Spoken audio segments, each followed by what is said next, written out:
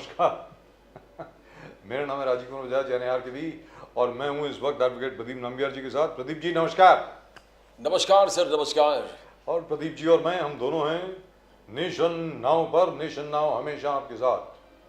And Pradeep ji, the election commission has said that जय भवानी जय Shivaji is a religious slogan. I beg to differ.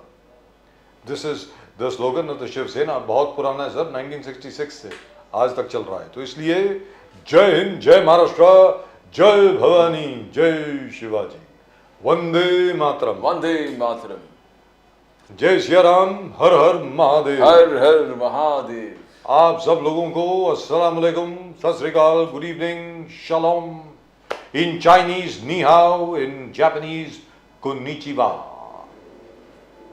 Pradeep Abariyako Jambo to the friends of to our friends in East Africa, All South the way. Africa, and all over the place where they speak Swahili. that's right. And in French, bonsoir, right? Yes. And all the very best to everybody else.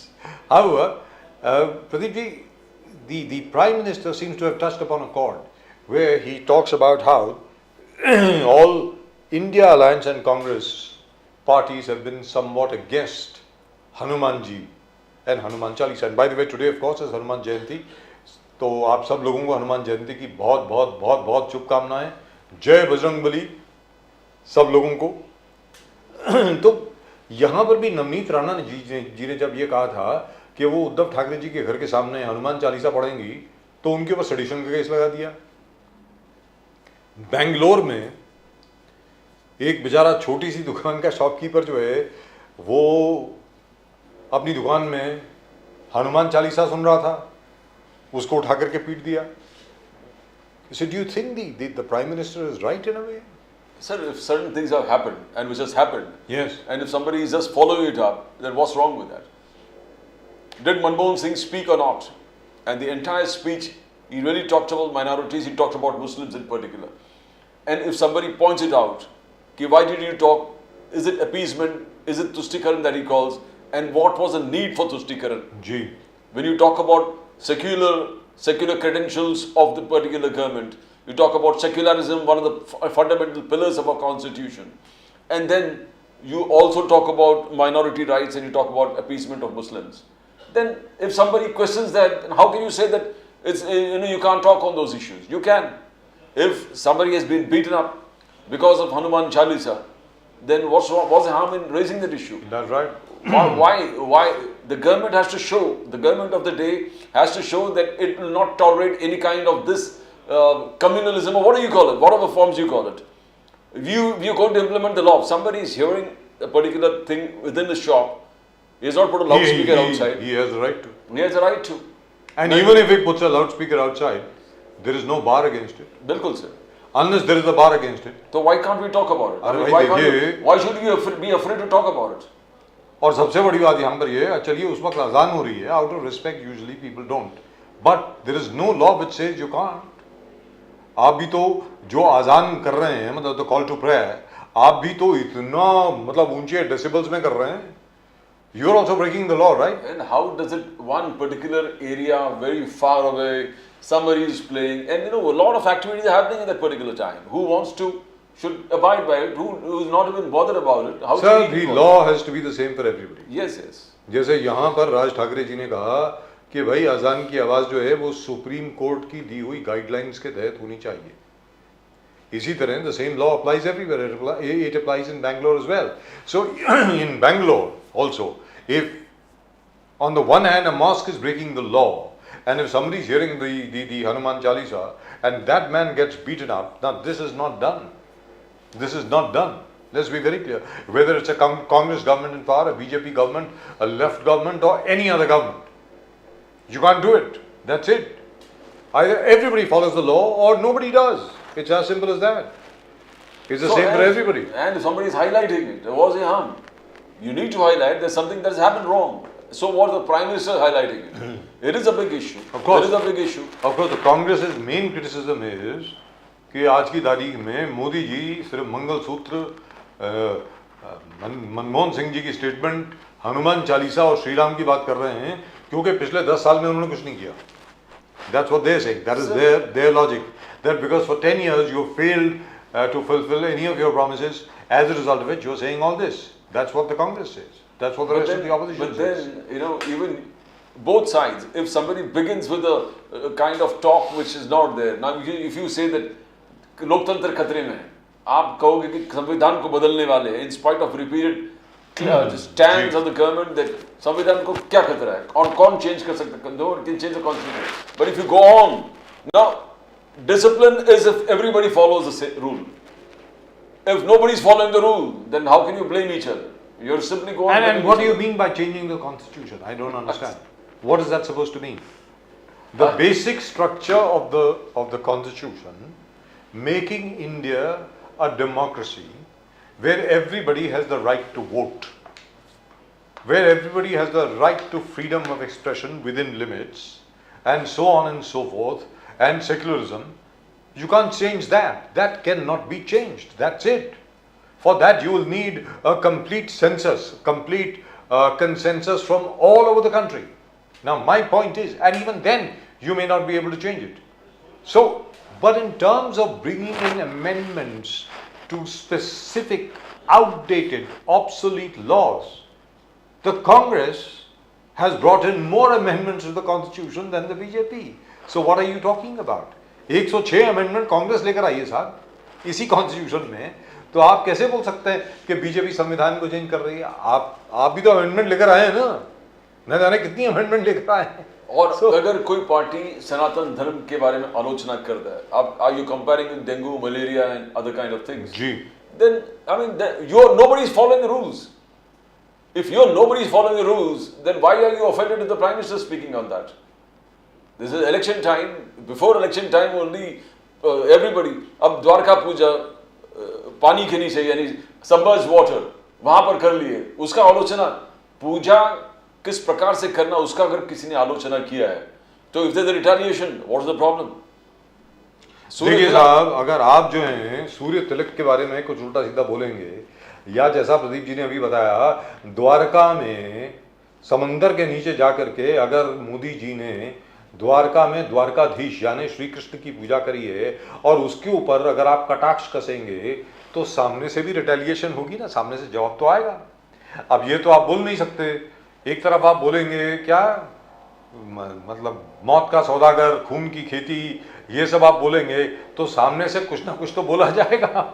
तो you can't protest then. Let's be very clear.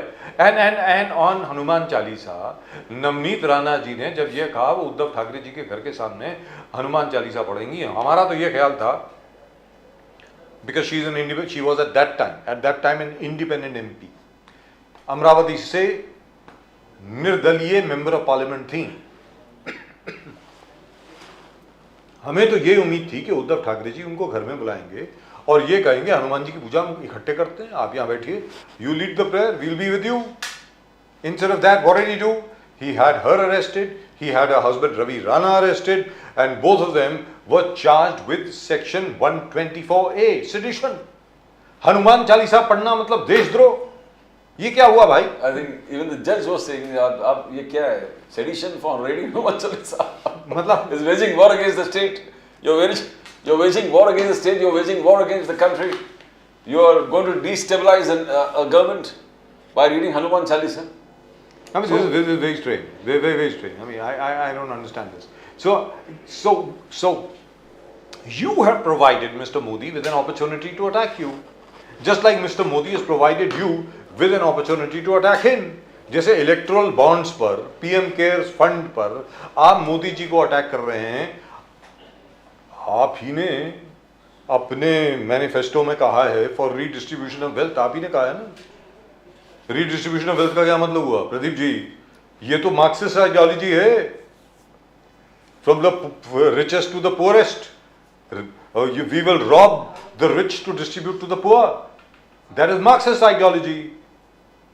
आपने अपने manifesto में लगाया है ना, तो इसको लेकर के अगर मोदी जी आप पर अटैक कर रहे हैं तो आप डिफेंड कीजिए अपने आप को. मतलब and appeasement is concerned, sir, it is all over there. You can read. You want to do appeasement, at the same time you don't want somebody to point it out for you. If somebody points it, It is against the secular credentials.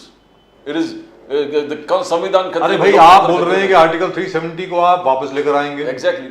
आप बोल रहे हैं article 35A को आप वापस लेकर के आएंगे। CAA आप बोल रहे हैं कि CAA को आप खत्म कर देंगे। आप बोल रहे हैं कि मुस्लिम पर्सनल लॉ के अंदर कोई इंटरफेरेंस नहीं होगी।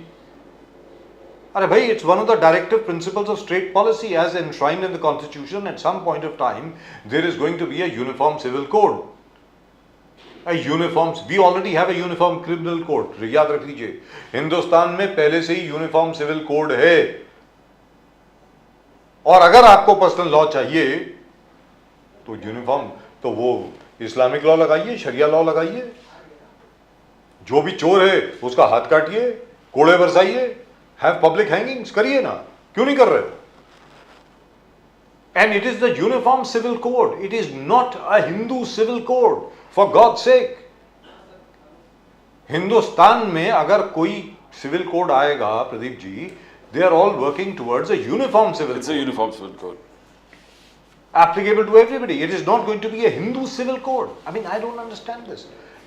Has the Congress lost it? और उसके बावजूद अगर लोग ये समझते हैं कि कांग्रेस इस बार मोदी जी को हराने में सफल रहेगी, you are living in la la land.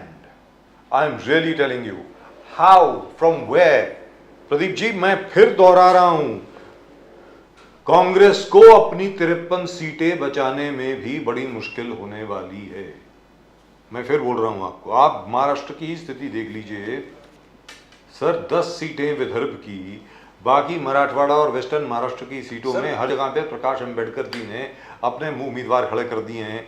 Vidarbha में मायावती जी ने खड़े कर दिए हैं। आपके वोट कहां से आएंगे? आपके वोट तो पहले से ही कट गए। और सूरत में आप अपने कैंडिडेट का नॉमिनेशन भी ठीक ठाक तरीके से फाइल नहीं कर पाए। जिन लोगों ने उनका नाम प्रपोज किया, उन्होंने चिट्ठी लिख करके भेज दी कि भाई ये तो हमारा सिग्नेचर ही नहीं है, फोर्थ सिग्नेचर है, और हम तो इस आदमी को जानते भी नहीं। मतलब क्या है ये? As a result of which you can't even have a proper congressman who is supporting you or proposing you. आपको second करना, first करना है, ये तक का नहीं कर if पाते। the Congress has become so incompetent that their candidate from Surat can't even file his nomination papers properly, then God help you. That's all that I can say. You are a party which is 140 years old. 140 साल पुरानी party को यह मालूम नहीं है कि उम्मीदवार अपने पेपर्स कैसे फाइल करे। अरे इससे I don't even know where to begin. This is like terrible, absolutely terrible. And then you expect to defeat the BJP? How? And this is an MP election, it's not a corporation election also. ऐसे छोटे-छोटे जिला परिषद poles हो, उसमें ठीक है, कभी-कभी हो सकता है कि वो कैंडिडेट को मालूम नहीं फॉर्म भरनी है, किस प्रकार से भरा जाता है। एंड आजकल वो लेवल के इलेक्शन में भी नहीं होता है। नहीं होता। I have never heard of national party, even an independent, a person who's standing as an independent, even his papers are not rejected. Here, the BJP candidate from Surat has already won unopposed. तो Bharatiya Janata party का एक शख्स elect होके चुन के आ गया है। मेरा ये कहना है, आप मुझे ये बताइए, अगर आप अपने पेपर्स भी ठीक ठाक तरीके से फाइल नहीं कर सकते, तो भैया आप बीजेपी को हराएंगे कहां से? किस दुनिया में रह रहे हो? कौन से ख्याली पुलाव बना रहे हो? मतलब anyway, let's go across. I think we have mister Mukesh Gandhi of the NCP with us. Let's go straight across to him. Mukesh Gandhi साहब, नमस्कार। नमस्कार नमस्कार। How are you, sir? How are you? How are you? जय सिया राम। जय सिया राम, जय हनुमान देव की जय। जय बजरंग बली। भूत पिशाच निकट नहीं आवे, महावीर जब नाम सुनावे। सर, आज हनुमान जयंती की बहुत बहुत शुभकामनाएं। अंजनी गर्भ संभूतम कपींद्र सचिवोत्तमम राम प्रियम नमस्तुभ्यम हनुमन रक्ष सर्वदा। हनुमान जी हम सबकी रक्षा करेंगे सर। और हमारे भारत देश में सत्य का विजय हो और असत्य का नाश हो, यही हनुमान जयंती का संदेश मुझे लगता है। संकट ते हनुमान छुड़ावे, मन क्रम वचन ध्यान जो लावे। सर ये बताइए, अब बारामती में मान लीजिए सुनेत्रा पवार जी अगर जीत जाती, आप तो कहेंगे ही जीतेंगी। हाँ जी, उसके बाद शरद पवार साहब क्या करेंगे? देखिए शरद पवार साहब क्या करेंगे, उनके लिए तो बहुत संस्थाओं में वो प्रेसिडेंट है, उनका बहुत जगह पे कनेक्शंस है, फॉरेन में भी है, इंडिया में भी है, सभी जगह है। वो तो निवृत्त होकर भी प्रवृत्त ही रहते हैं, उनकी चिंता करने की हमें जरूरत नहीं है। जरूरत ये है कि जितने कांग्रेसी लोग हैं, जिसने इस देश को, हम कहते हैं कि 1947 में हमारा देश आजाद हुआ, पर मुझे लगता है कि अगर गांधी जी ने अपना ईगो नहीं रखा होता तो सुभाष चंद्र बोस के अंडर में ही 2043 में सुभाष चंद्र बोस के नेतृत्व में भारत आजाद हो जाता था। बाद में 1943 में सर, 2043 में नहीं, 1943 में सुभाष चंद्र बोस के नेतृत्व में हिंदुस्तान आजाद हो जाता था, पर गांधी जी ने अपना ईगो डाला, नेहरू जी के फेवर करने को गए, उसके कारण, और जिन्ना को भी अब साथ में लेने को गए, उसमें हमारे देश को बहुत बड़ा नुकसान उस टाइम की कांग्रेस ने किया। और बाद में 1947 में जब कॉन्स्टिट्यूएंसी ऑफ कांग्रेस ने भी जब हमारी देश की आजादी की बात की थी, तब भी सरदार पटेल को यूनियन में सिलेक्ट नहीं करके, नेहरू की फेवर करके, फिर बाद में जिन्ना को सपोर्ट करके गांधी जी ने वापिस अपना ईगो बीच में लाए और हमारे देश का विभाजन हो गया। और मैं तो कहता हूं कि तब से लेकर के 26 सितंबर 2014 तक जब बीजेपी का रूल आया, तभी सच्चे अर्थ में हमारा भारत देश स्वतंत्र हुआ है। 26 तब सितंबर तक हमारा देश 26 मई सर, हाँ 26 मई, सॉरी, जी। 26 मई में 2014 में जब बीजेपी फुल स्विंग में नरेंद्र मोदी जी के नेतृत्व में जीत के आई, तब से ये हमारा देश आजाद हुआ है। हमारे देश की परंपरा क्या है, हमारे देश का इतिहास क्या है, हमारा गौरव क्या है, ये सारी बातें नरेंद्र मोदी जी के नेतृत्व में फिर से जो आजादी का एहसास होना चाहिए, आजादी की जो खुशबू होनी चाहिए, आजादी का जो आनंद होना चाहिए, वो 2014 मई के बाद में हमारे देश को मिला है। तब तक तो कांग्रेस ने हमारे देश को अलग अलग इतनी सारी लंबी हिस्ट्री पड़ी है कि उसमें हम नहीं जाएं, पर इस देश की प्रगति करने से ज्यादा इस देश की अधोगति हो गई। लाल बहादुर शास्त्री जी जैसे एक अच्छे व्यक्ति कांग्रेस में वड़ा प्रधान बने थे, फिर भी उनका ताशकंद में क्या हुआ आज तक किसी को पता नहीं है। सबको पता है। और लाल बहादुर शास्त्री के मरने के बाद उनका मर्डर हुआ है या वो स्वयं मर गए? अरे सर, दो हार्ट अटैक पहले हो चुके थे, ये क्या है सर, क्या बोल रहे हैं? नहीं, I don't expect a man like you sir, I don't expect a man like you to believe that Lal Bahadur Shastri gave away Haji Pir Pass. Sir, Haji Pir Pass was given away by Lal Bahadur Shastri. He had promised in Parliament that he would not give it up. We lost 2 colonels and 4 majors in that action. And Lal Bahadur Shastri had promised Parliament that he would not give up even a single inch. And in Tashkent, he signed on the dotted line and gave away Haji Pir Pass back to Pakistan. Which is why Pakistan was able to attack us again in Kargil in 1999. Sir. पर बाद में मुझे एक बात बताइए कि जब लाल बहादुर शास्त्री जी के जाने के बाद में 15 दिन में डॉक्टर होमी भाभा का क्यों सडन डेथ हुआ? उसके बाद में डॉक्टर साराभाई का क्यों सडन डेथ हुआ? ये सारी मिस्ट्री कनेक्टेड है कांग्रेस के टाइम में, और तब से लेके बहुत लंबी हिस्ट्री है। 2008 में राहुल गांधी ने, आज के वड़ा प्रधान के रेस में खड़े हुए हैं राहुल गांधी, ये राहुल गांधी ने 2008 में आपको लगता है रेस में है? कौन सा एमओयू, नहीं, कौन सा एमओयू किया था 2008 में चाइना के साथ में? आज तक उसने पब्लिक डोमेन में और लेके आए। वो तो आरएसएस का भी एमओयू है चाइनीज कम्युनिस्ट पार्टी के साथ। आरएसएस का भी तो एमओयू है चाइनीज कम्युनिस्ट पार्टी के साथ, जिसके बारे में किसी को मालूम नहीं है, किसी को मालूम नहीं है। What is the connection between the Chinese communist party and the RSS? क्या बात कर रहे हैं सर? नहीं, वो कोई एमओयू आरएसएस के साथ बना नहीं है। How do you know? I say बना है, मैं कहता हूं बना है। अच्छा, आप दिखाइए आप दिखाइए कांग्रेस और सीसीपी का जो है, आप दिखा दीजिए। चाइनीज कम्युनिस्ट पार्टी और कांग्रेस के बीच में एमओयू जो है आप दिखा दीजिए, आरएसएस और कम्युनिस्ट पार्टी के बीच में जो है मैं दिखा दूंगा। कांग्रेस के बड़े बड़े प्रवक्ताओं ने खुद ने कंफर्म किया है कि 2008 में sir the RSS has been going to China for a long time अभी एक बहुत लंबा कंट्रोवर्शियल डिस्कशन है।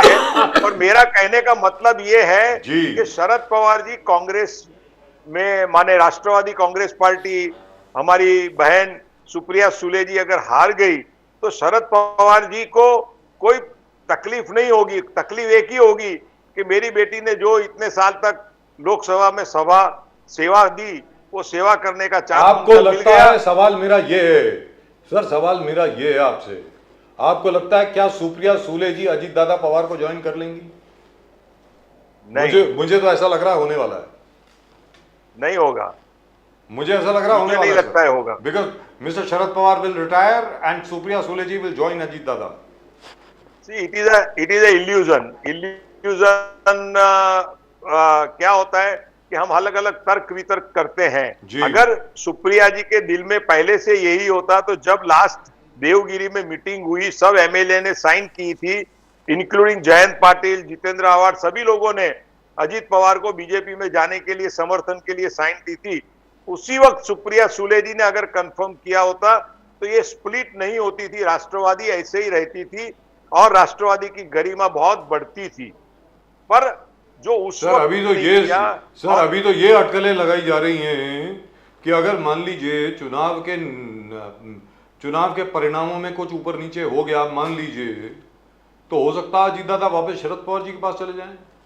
ऐसा हो सकता है क्या? ऐसा तो नहीं, ऐसा बिल्कुल नहीं होगा, क्योंकि 45 plus BJP, Shiv Sena, NCP, Ajit Dada गठ, ये सीट 100% आने वाली है। आज कितना भी एनालिसिस आप कीजिए, पर आज लोगों का, मैं तो अभी लास्ट वीक में भी ट्रैवलिंग में था, लोगों का मूड बहुत ही फेवरेबल है ये यूटी गवर्नमेंट के लिए। Sir numbers are in your favour, on that there is no doubt. Vidarbha में 10 सीटों पर मायावती जी के कैंडिडेट्स हैं, मराठवाड़ा में, खानदेश में और वेस्टर्न महाराष्ट्र में आदरणीय सामान्य प्रकाश अंबेडकर जी के कैंडिडेट हैं। वो तो सारे कांग्रेस के वोट खाएंगे ही खाएंगे, तो आपको तो अभी हराना बड़ा मुश्किल है, वेरी फ्रैंकली। प्रदीप जी, शरद पवार जी ने कहा कि प्राइम मिनिस्टर मोदी जी जिस प्रकार से चाह रहा है 2024 जीत पाएंगे तो नेक्स्ट इलेक्शन नहीं होगा, there will be no further elections in the country and he is going the Vladimir Putin way. उन्होंने कहा कि prime minister Modi is going the Vladimir Putin way and Putin way is dictatorship, total dictatorship. कोई भी हो, कुछ भी हो, प्रधान वही होगा। और वही आज के तारीख में मोदी जी का हाल पवार साहब, शरद पवार साहब ने कहा it's going to be. How do you see that particular reaction? नहीं, ये तो क्या है कि मेरी पिक्चर हिट नहीं हुई तो तेरी पिक्चर तो सुपर हिट होने के बाद में तो पिक्चर पूरी इंडस्ट्री अपने नाम कब्जे कर लेगा और फिर किसी की पिक्चर को रिलीज ही नहीं होने देगा, ऐसी बात हो गई। हमारी हिंदुस्तान की धरती बहुत अलग है, हमारी बहुरत्ना वसुंधरा है, ये देश में डिक्टेटरशिप आ नहीं सकती। और नरेंद्र मोदी जी का जो काम करने का रवैया है, जो काम करने की पद्धति है, वो डिक्टेटरशिप टाइप की नहीं है। He is always trying to keep the people together, सबको साथ रख के काम करने वाले नेता है। आज उनके हर मिनिस्टर के पास में जो भी पोर्टफोलियो है वो इतना सक्सेसफुल वो काम कर रहे हैं, उससे इस देश की प्रगति हो रही है। और 400 के ऊपर भी सीट आने के बाद में भी नरेंद्र मोदी जी और सॉफ्ट हो जाएंगे और लोगों के देखो जिस प्रकार से मोदी जी ने और पुतिन की तरह हमारा देश जो साम्यवादी कल्चर अगर होती तो हमारे देश में कम्युनिस्ट लोगों ने बहुत प्रयत्न किया है, पर नरेंद्र मोदी जी की जो पैटर्न है, जो स्टाइल है वर्किंग और उनकी जो फिलॉसफी है, वो फिलॉसफी सबको साथ में लेकर के काम करने की है। तो वो पुतिन के माफिक कभी भी डिक्टेटरशिप नहीं करेंगे। पर हाँ, एक बात करेंगे कि आज तक कांग्रेस ने जितना इस देश को नुकसान किया है और जो ध्रुवीकरण किया है अलग अलग लोगों का, वो सबको निकाल करके देश को एक आजाद लोकशाही परंपरा में और स्वाभिमान से खड़ा करने वाला एक देश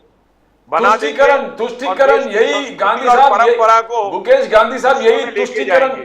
तुष्टीकरण हम लोग देख रहे हैं। मोदी जी बार बार इस चीज को हाईलाइट कर रहे हैं कि मनमोहन सिंह जी ने जिस प्रकार से तुष्टीकरण का राजनीति किया, कांग्रेस ने तुष्टीकरण का राजनीति किया।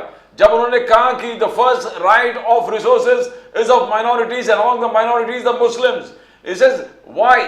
और आज वो क्वेश्चन पूछ रहे हैं, प्रश्न कर रहे हैं, सेक्युलरिज्म के बारे में बात करने वाले पार्टी वेरी डिसाइसिवली वेरी इस तरीके से जिस तुष्टीकरण की राजनीति कैसे कर रहे हैं। तो इस चीज में कैसे बहुत बहस हो रहा है पूरे देश में इसके विषय में, जितने आप इसको कैसे देखते हो मुकेश गांधी साहब?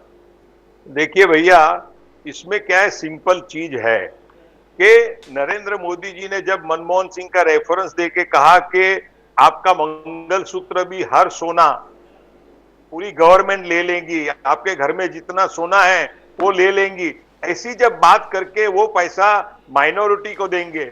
जैसे आज भी हमारे बंबई जैसे शहर में से सिद्धि विनायक मंदिर का ट्रस्ट का पैसा मदरसाओं में जाता है, हमारे हिंदू टेम्पलों को डेवलप करने के लिए नहीं जाता है।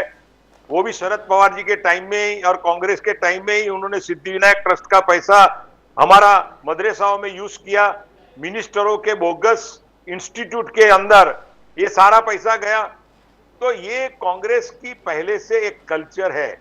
आप वहां देखिए कि हमारा देवस्थान जो है वहां साउथ में इतना बड़ा तिरुपति बालाजी का मंदिर का जी, तो वहां के ट्रस्ट के पैसे से भी मुसलमानों का तुष्टीकरण होता है। आज तक आपने कभी देखा है कि कोई मुसलमान ट्रस्ट में से अजमेर शरीफ में इतना चढ़ावा आता है हिंदुओं का भी, तो हिंदुओं के लिए उन्होंने सर, वहाँ सरकार का कोई रिलीफ फंड में भी दिया हो?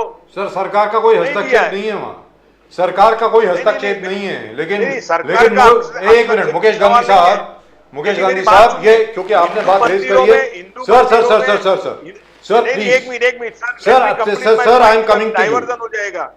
डाइवर्शन नहीं होगा हिंदू सर, डाइवर्शन नहीं होगा। मंदिरों में गवर्नमेंट का इन्वॉल्वमेंट हिंदू लोग एक्सेप्ट करते हैं, पर मुसलमान जो मस्जिद और मदरसा है वो अपना एक्सेप्ट नहीं करते हैं। Sir, मेरा because we इतना have ही never कहना है। tried.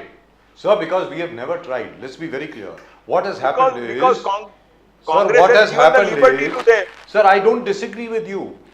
My point is, all temple trusts, major temple trusts, including Guruvayur in Kerala, including the Tirupati Balaji Trust, including Shirdi, they are all controlled by various governments.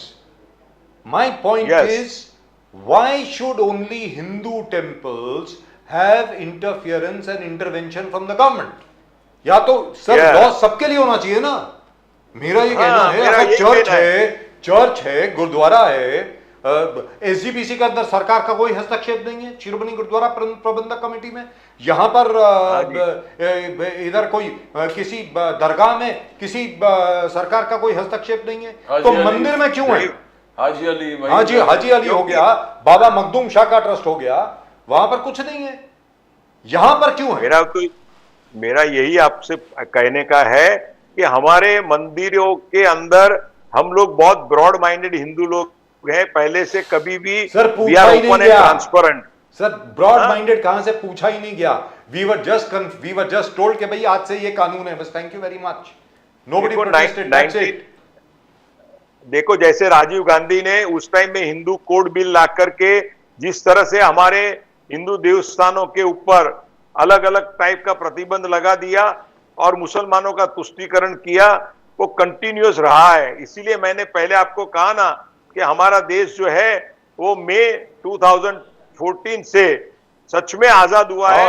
1947 से लेकर के 2014 तक हमारा देश इस तुष्टीकरण वाली कांग्रेस के अंडर में, तो आप और हमारा देश संपूर्ण स्वतंत्र नहीं हुआ था। आप और कंगना रनौत एक ही बात बोल रहे हैं, क्या बात है सर, कंगना रनौत का तो मैंने देखा नहीं है, सुना नहीं है, क्या बात करते हैं। चलो भाई, ये तो मैं तो हिस्ट्री का, मेरे यहाँ मैं तत्वज्ञान विद्यापीठ में पढ़ा हूँ और ये मैंने जो टीचिंग ली है वो हमारे ठट्ठे जी करके एक प्रोफेसर थे, उन्होंने पूरा हिस्ट्री का हमको इतना डीप नॉलेज दिया है कि मैं सारी बातें अगर टीवी पे करूं तो रोज का एक एक एपिसोड करूं ना तो 30 एपिसोड आप बनावे हिस्ट्री का, तो लोगों को पता चले कि हमारे भारत का So why don't we do it? इतिहास क्या था। Sir it is your channel. या सर आपका चैनल है, करिए। yes. We'll welcome it please. Let's Yeah, start yeah, today, we'll do it. I tomorrow. will do it, sir. Let's do Yes, it. yes, sir. I will come and we'll discuss. That's a promise. क्योंकि मुझे क्या है, देखिए मेरी एक बात सुनिए राजीव जी, जी। ये कांग्रेस, एनसीपी, बीजेपी, ये सब पॉलिटिकल पार्टियों के रगड़े झगड़े तो होते रहेंगे, पर सच में बात ये है कि हमारी देश की जो युवा पीढ़ी है, हमारा देश का जो किसान है, हमारे देश का जो मजदूर है, और सबसे ज्यादा हमारा जो मध्यम वर्ग है, ये प्रगतिशील होना चाहिए, सुखी होना चाहिए, संपन्न होना चाहिए। आज कांग्रेस की विचारधारा से अगर बीजेपी ने आकर के उनके लिए कोई काम नहीं किया तो कल बीजेपी को भी लोग दोष देंगे, पर बीजेपी ने यही कांग्रेस बोल रही है। कांग्रेस यही बोल रही है कि क्योंकि भारतीय जनता पार्टी ने कोई काम नहीं किया, इसलिए आज की तारीख में दोबारा हिंदू वर्सेस मुस्लिम पे आ गए, इसलिए दोबारा हनुमान चालीसा पे आ गए। अरे भाई, जो आप लोगों ने काम किए उसके बारे में बताइए ना। बोलिए सर, मुकेश गांधी साहब। देखिए बीजेपी ने 10 साल में कौन से फील्ड में काम नहीं किया है, आप देखिए ना। जो साराभाई और भाभाजी ने जो इसरो का जो काम था उससे लेकर के, एटॉमिक से लेकर के, हमारे बैंकिंग क्षेत्रों के अंदर, हमारे फाइनेंशियल स्टेटस में, हमारे किसानों के लिए, हमारी बहनों के लिए, बेरोजगारों के लिए, और इंफ्रास्ट्रक्चर का इतना जबरदस्त कार्य ये 10 साल में हुआ है। उससे जो खड़े हुए जो एम्प्लॉयमेंट है और स्टार्टअप इंडिया, ये वो सारी योजनाएं, नरेंद्र मोदी जी ने सिर्फ हिंदुओं का तुष्टीकरण करने का काम नहीं किया है, उन्होंने सर्वांगी भारत का विकास किस तरह से हो। तो अभी मुसलमानों पे क्यों अटैक कर रहे हैं सर? मुसलमानों पे क्यों अटैक कर रहे हैं? काम किए। अरे एम्स कांग्रेस ने 2 बनाई, इसने कितने बना दिए?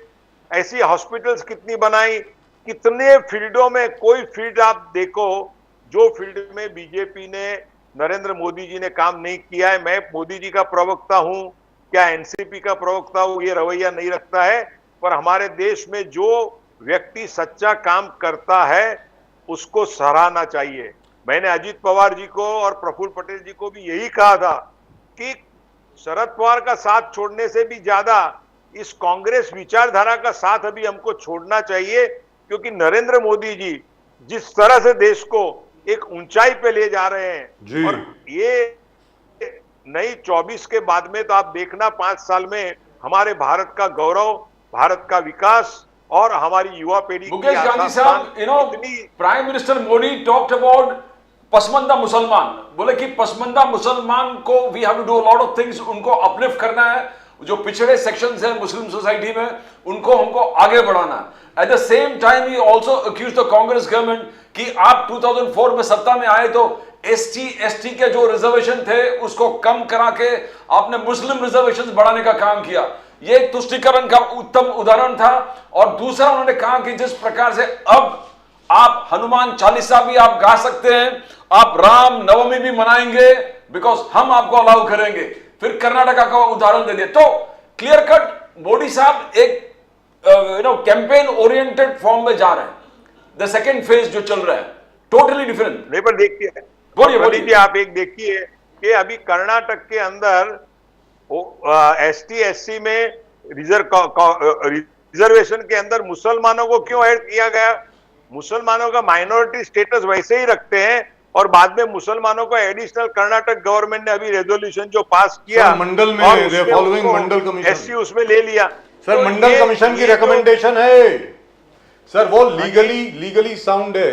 इनफैक्ट मुसलमानों के लिए रिजर्वेशन महाराष्ट्र में भी है। मुस्लिम ओबीसी जो है, जैसे अंसारी हो गए, कुरैशी हो गए, उनको महाराष्ट्र में भी रिजर्वेशन है।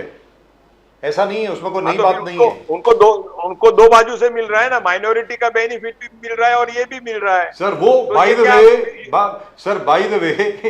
द वे जो आपने अभी बोला था ना इल्यूजन, वो इल्यूजन है। दो बाजू से नहीं मिल रहा है। मोदी जी ने ये कहा कि कांग्रेस ऐसी बेवकूफ बनाती है लोगों को, ऐसा कहा है उन्होंने। लेट्स बी वेरी क्लियर, जरा डीप जाइए, आपको मालूम पड़ जाएगा। लेकिन मैं आपसे आपकी बात सर, ये मुसलमानों को अलग अलग टाइप की कलरफुल लॉलीपॉप्स देते हैं जी, वो सिर्फ लॉलीपॉप होते हैं, असल में कुछ नहीं होता। Let's be very clear. और लेकिन मुसलमानों के लिए मुसलमानों के लिए जितना नरेंद्र मोदी जी ने काम किया है और उनको जो फेवर की है ना, ये आज तक देश के किसी भी नेता ने नहीं किए, इतनी नरेंद्र मोदी जी तो ने सर की फिर है। बोलते नरेंद्र क्यों नहीं मोदी है? जी, मेरा ये कहना है हाँ? कि मोदी जी जो हैं फिर वापस हिंदू मुसलमान के मुद्दे पे क्यों आ जाते हैं? आप मुझे ये बताइए, नहीं, अगर असल में इतना अच्छा हिंदू काम किया मुसलमान है, के मुद्दे- जैसा आप बता रहे हैं बढ़िया काम किया है, तो काम के बारे में बात करो ना सर। ये क्या है, हनुमान चालीसा के बारे में और श्री राम के बारे नहीं, में? नहीं। मतलब कम ऑन सर प्लीज। ऐसा है कि श्री राम और हनुमान चालीसा का टॉपिक जब आता है जी। कि 500 साल के बाद में राम मंदिर जब बना, तब कांग्रेस ने उसका विरोध किया। उधर कहाँ विरोध किया सर? मायावती से लेकर के ममता दीदी ने, सभी ने विरोध किया। विरोध का बरोबर है। उन्होंने सर ये कहा नहीं, नहीं, विरोध कि माने प्राण प्रतिष्ठा में नहीं उनके- जाएंगे क्योंकि ये लोग तो बीजेपी की रैली कर रहे हैं वहां पे, इसलिए नहीं जाएंगे हम लोग। नहीं, पर वही तो उनका ये है ना, जो करेगा वो तो दिखाएगा ही ना। अगर मेरे बेटे की शादी होगी तो मैं जश्न करूंगा ही ना। तो मेरे भगवान की अगर इतनी बड़ी 500 साल के बाद में हो गई है और मैंने ये सब कार्य किया है, तो मैं क्या उसको दिखाऊंगा नहीं समाज को? जब आप अपने बेटे की शादी में रिसेप्शन में हजारों लोगों को बुला के दिखावा करते हैं, तो ये तो होना ही है, उसमें कोई बड़ी बात नहीं है। पर ये बात आप ये चर्चा का विषय नहीं है। चर्चा का विषय ये है कि हनुमान चालीसा और रामचरितमानस या राम के नाम से नरेंद्र मोदी जी को वोट नहीं चाहिए। वो वोट देते हैं अपने विकास के कार्यों से। और ये जब कांग्रेस वाले उनको इरिटेट करने का पॉइंट जब डालते हैं, तब सामने जवाब में ये बात करते हैं। पर हिंदुओं का ध्रुवीकरण करने का नरेंद्र मोदी जी का कोई आशय नहीं है, पर मुस्लिमों का ध्रुवीकरण होता है। इसलिए अपने आप हिंदुओं का ध्रुवीकरण का कार्य बीजेपी कर रही है, ऐसा लांछन उसके ऊपर लगता है। और इसके लिए लोग ऐसा कहते हैं कि हिंदू मुसलमान का इश्यू बना करके बीजेपी इलेक्शन जीतना चाहती है। बीजेपी इलेक्शन हिंदू मुसलमान के ऊपर जीतना नहीं चाहती है। बीजेपी अपने किए हुए कार्यों के ऊपर, एनसीपी और बीजेपी हमारी कार्यों के ऊपर करना चाहती है।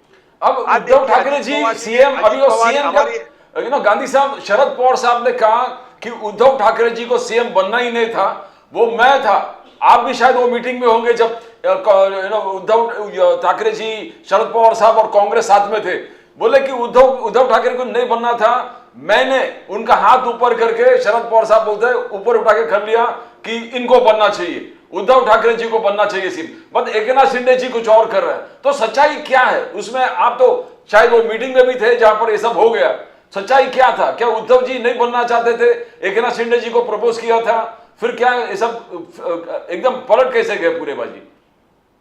देखिए, मैं पहले 10 साल शिवसेना में था। उद्धव जी मेरे फ्रेंड थे, आज भी है, मैं उनको मित्र मानता हूं। पर पहले से उनके और उनके परिवार की एम्बिशंस एक ही थी कि उद्धव ठाकरे जी एक दिन महाराष्ट्र के मुख्यमंत्री बने। और जल्दी में तो ये भी था कि उनका कि आदित्य ठाकरे को भी मुख्यमंत्री बनाया जाए। और एक परंपरा, परिवारवाद खड़ा करना चाहते थे वो लोग पहले से। इसीलिए जब ये सीटों का जब एडजस्टमेंट आया और उनको लगा कि हमारे बिना सरकार नहीं बन सकती है, तब उन्होंने बीजेपी का दामन छोड़ दिया और कांग्रेस का दामन पकड़ लिया। और शरद पवार का सहारा लेकर के वो खुद सामने से जाकर के मीटिंग करके, प्रेशर करके, संजय राउत जी को अपना दूत बना करके, पूरा कोऑर्डिनेशन करके, सब नेताओं ने मिलकर के बीजेपी के साथ दामन छोड़ा बीजेपी का। और कांग्रेस और एनसीपी, ये दोनों को साथ में लेके उद्धव ठाकरे जी चीफ मिनिस्टर बने। वो उनकी पहले से मांग थी, उनकी बहुत डिमांड थी कि मैं, इसीलिए उन्होंने शिंदे जी को प्रॉमिस की हुई थी सीएम बनाने की। सब शिंदे जी का नाम फाइनल हो गया था। तब आपको अंदर की स्टोरी मालूम होगी कि वहां के फैमिली के कुछ लोग घर छोड़ के चले गए कि हम शिंदे जी को अगर आप बनाएंगे तो हम घर छोड़ के चले जाते हैं। इतना तक उद्धव जी के ऊपर प्रेशर लाए और उद्धव जी और शरद पवार मिलकर के ये पूरी गेम हुई और कांग्रेस को भी साथ में लिया गया और उद्धव ठाकरे को सीएम बनाया। और सीएम बनाने के बाद में मुझे दुख एक बात का होता है कि ये सब करने के बाद में शिवसेना जैसी अच्छी पार्टी में एक रिफ्ट हो गई और शिंदे जी पूरा गठ लेकर के बाहर चले गए। ये मुझे उस टाइम की बहुत दुखद घटना लगती है। ये दोनों साथ में रहते तो महाराष्ट्र को बहुत फायदा होता था, जी। पर ये बात नहीं हुई। इतिहास को कुछ अलग करवट लेनी थी तो उसने करवट ले ली है। और अभी मुकेश जो गांधी वास्तविकता साहब, है, चलते हाँ जी, चलते अब ये भी बता दें, पता नहीं इसके बारे में आपको कोई जानकारी है कि नहीं, कि बहुत इलाकों में उत्तर प्रदेश के, स्पेशली पश्चिमी उत्तर प्रदेश के ठाकुर और राजपूत का समुदाय जो है, उन्होंने 6 महापंचायत लिए। लास्ट महापंचायत पिछले संडे को हुई, परसों, जिसमें यह कहा गया कि किसी भी हालत में हम लोग बीजेपी को वोट नहीं देंगे, ऐसा कहा गया है सर। ठाकुर और राजपूत समुदाय ने यह कहा है कि हम लोग बीजेपी को वोट नहीं देंगे, क्योंकि आदरणीय सम्मानीय जो मंत्री जी हैं, एक गुजरात से हैं, वो राजकोट से खड़े हो रहे हैं अभी, मिस्टर रूपाला साहब, पुरुषोत्तम रूपाला जी। देखो ये पुरुषोत्तम रूपाला जी का, उन्होंने उल्टी सीधी जो स्टेटमेंट दी है, उनकी डिमांड सिर्फ ये थी कि इस आदमी को टिकट ना दी जाए, लेकिन बीजेपी ने वो बात नहीं मानी है। अब वो लोग कहते हैं पिछली बार अभी जो वेस्टर्न महाराष्ट्र में लो टर्नआउट हुआ है, वो इसलिए हुआ है कि ठाकुर राजपूत कम्युनिटी बाहर गई नहीं है वोट देने के लिए। पिछली बार 2-3 जगह से तो बीजेपी सिर्फ 6000 वोटों से जीती है सर। नहीं, आपकी बात एकदम सच है, आपका रिपोर्ट सच है। रूपाला जी ने माफी मांगी है, पर माफी इस तरह से मांगनी चाहिए। अमित शाह जी ने भी अभी लास्ट टाइम गांधीनगर की रैली में कहा कि अभी प्रॉब्लम सॉल्व हो गया है, पर मैं सौराष्ट्र के साथ कनेक्टेड हूं और सौराष्ट्र में क्षत्रिय लोग सारे आज रूपाला जी के अगेंस्ट में है। जी हैं। मुझे तो ऐसा लगता है कि जैसा सिंधिया जी का बीजेपी में राजस्थान में हुआ था कि हमको मोदी चाहिए पर सिंधिया नहीं चाहिए, आपको मालूम है ना। जी जी जी। आज रूपाला जी को सिर्फ सॉरी नहीं कर करके बीजेपी को उनकी सीट अगर बदल देते थे तो ये पूरे देश में जो बवाल खड़ा हुआ है नहीं होता। तो मुझे लगता है कि कल फ्लोटिंग वोट में बीजेपी को कोई तकलीफ ना हो, ऐसा मुझे डर लगता है। होगा सर, और रूपाला जी सीटों में तो होगा। देखो ये क्या है, एक दूसरा राजीव जी ऐसा है, ये नेता जो है ना, जितने भी हमारे यहाँ देश में, कई लोग मोदी जी को छोड़ के, अमित शाह जी को छोड़ के, वो लोगों को एंटरटेन करने के लिए, हंसने हंसाने के लिए कभी कुछ ना कुछ बोल देते हैं और उसका रिएक्शन इतना बड़ा होता है कि बाद में कार्यकर्ताओं को और पार्टी को वो सहन करना पड़ता है। रूपाला जी को हमेशा हंसते हंसते लोगों के साथ बात करने की, जोक करने का और उसमें कोई टिक्का टिप्पण कर देने की, ये करने का उसको क्षत्रियों के बारे में बोलने में महंगा पड़ गया है। सिर्फ माफी मांगने से उनका प्रॉब्लम सॉल्व नहीं हुआ है। मुझे तो लगता है कि बीजेपी को वो सीट चेंज करनी चाहिए थी। मैं तो कोई एक छोटा कार्यकर्ता हूँ, बीजेपी बहुत बड़े, पर बहुत मिस्टेक हुई है। इसका भुगतान क्या होगा, कैसे होगा सर? 10-15 सीट का फर्क पड़ेगा सर।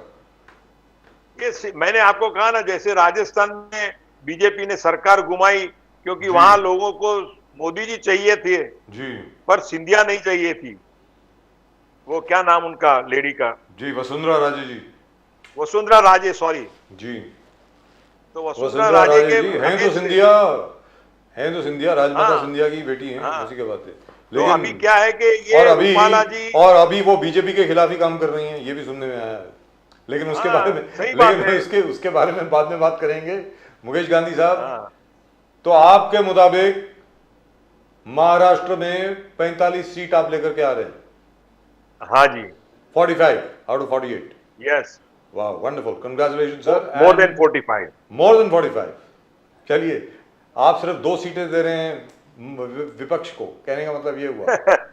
नहीं, क्या है अभी He said more than 45। विपक्ष का देखो, आप फील्ड पे देखिए ना राजीव जी, विपक्षों का अभी कोई सेटिंग बरोबर दिखाई नहीं रहा है और मुझे लगता है कि महाराष्ट्र में 45 के ऊपर हमारा यूपी गवर्नमेंट आएगी। तो पूरा 48 ही बोल दो सर, 45 के ऊपर की बोल रहे हो, सीधा 48? नहीं, इतनी तो नहीं आएगी। 48 बोलो। देखो ऐसा है, देखो मैं आपको लास्ट टाइम बताया था कि बात ही बात में विश्वास बदल जाता है और रात ही रात में इतिहास बदल जाता है। बात है। अरे प्रयत्न से न घबरा तू युवान, ये धरा की क्या कहे, आकाश बदल जाता है। आकाश बदल जाता है, क्या बात है साहब।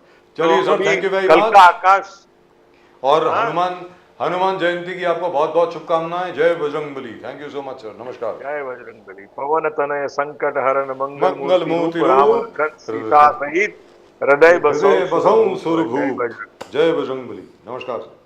जय बजरंगबली। So,